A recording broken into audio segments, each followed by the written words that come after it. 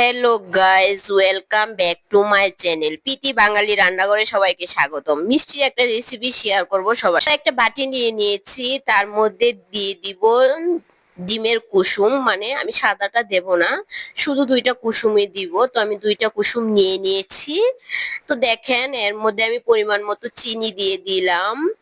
তো এগুলাকে এখন ভালোভাবে আমি মিশিয়ে নিতেছি, চিনিটা গলে যাওয়া পর্যন্ত এটাকে ভালোভাবে মিশিয়ে নিব। তো দেখেন আমি ভালোভাবে মিশিয়ে নিয়েছি। এর মধ্যে দিয়ে দিলাম কর্নফ্লাওয়ার, তো দিয়ে দিলাম গুঁড়ো দুধ 1 চামচ। তো পরিমাণ মতো লবণও দিয়ে দিয়েছি। এখন সব কয়টাকে একসাথে ভালোভাবে মিশিয়ে নিব। তো আমি খুব সুন্দরভাবে মিশিয়ে নিতেছি। দেখেন একটা ক্রিমের মতো হয়ে গেছে। তো এর মধ্যে এখন আমি দিয়ে দিব 1 কাপ দুধ। দুধটাকে আমি আগেই জাল করে রেখে দিয়েছিলাম, এখন ভালোভাবে মিশিয়ে নিতেছি। দেখেন খুব সুন্দরভাবে মিশিয়ে নিতেছি।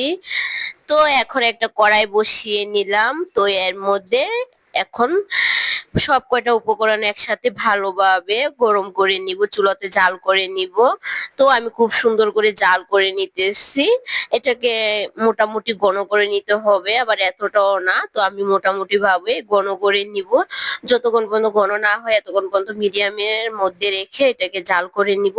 তো দেখেন অনেকটাই ঘন হয়ে গেছে। এখন এটাকে আমি নামিয়ে নিব চুলা থেকে।